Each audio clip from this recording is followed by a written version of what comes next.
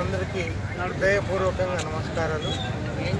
ఈరోజు సదాశివపేటలో మట్టి వినాయకుల వితరణ కార్యక్రమం మున్సిపాలిటీ తరఫున చేసుకోవటం చాలా సంతోషం.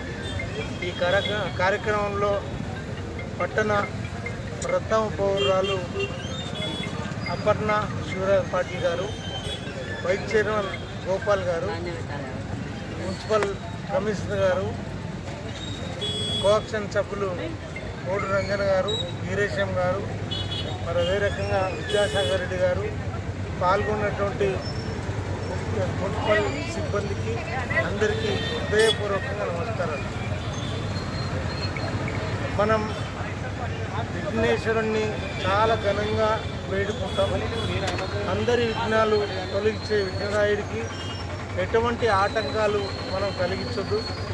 ఆ ఉద్దేశంతో మట్టి వినాయకులను ప్రతి ఇంట్లో కూడా పూజలో ఏర్పాటు చేసుకోవాలని చెప్పి, తద్వారా కాలుష్యం, నీటి కాలుష్యం కానీ, వాతావరణ కాలుష్యం కానీ, చెరువులో వేసినా బావిలో వేసినా ఈరోజు చేపలు కానీ, సూక్ష్మజీవులు కానీ వాటన్నింటి చనిపోయే ప్రమాదం ఉంది.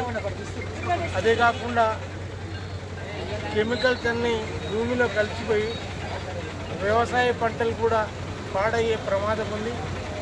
అందుకే అందరూ కూడా మట్టి వినాయకులను వాడుకోవాలని, ప్లాస్టర్ ఆఫ్ ప్యారిస్ కానీ, కెమికల్ పెయింట్స్ వేసిన విఘ్నేశ్వరులు కానీ బావిలో వేయటం కానీ, చెరువులో వేయటం కానీ అది ప్రమాదకరం. కాబట్టి అందరూ కూడా ఈ పండుగను చాలా ఘనంగా జరుపుకుంటాం. మనం ఈ జరుపుకునే పండుగ ఎటువంటి ఎవరికి, మనుషులకు కానీ, జీవరాశులకు కానీ, పశువులకు కానీ ఇబ్బంది కలగొద్దు అనే ఉద్దేశంతో మనం జరుపుకోవాలని మనసారా కోరుకుంటూ పాల్గొన్న అందరికీ కూడా హృదయపూర్వకంగా నమస్కారాలు తెలియజేస్తున్నాను.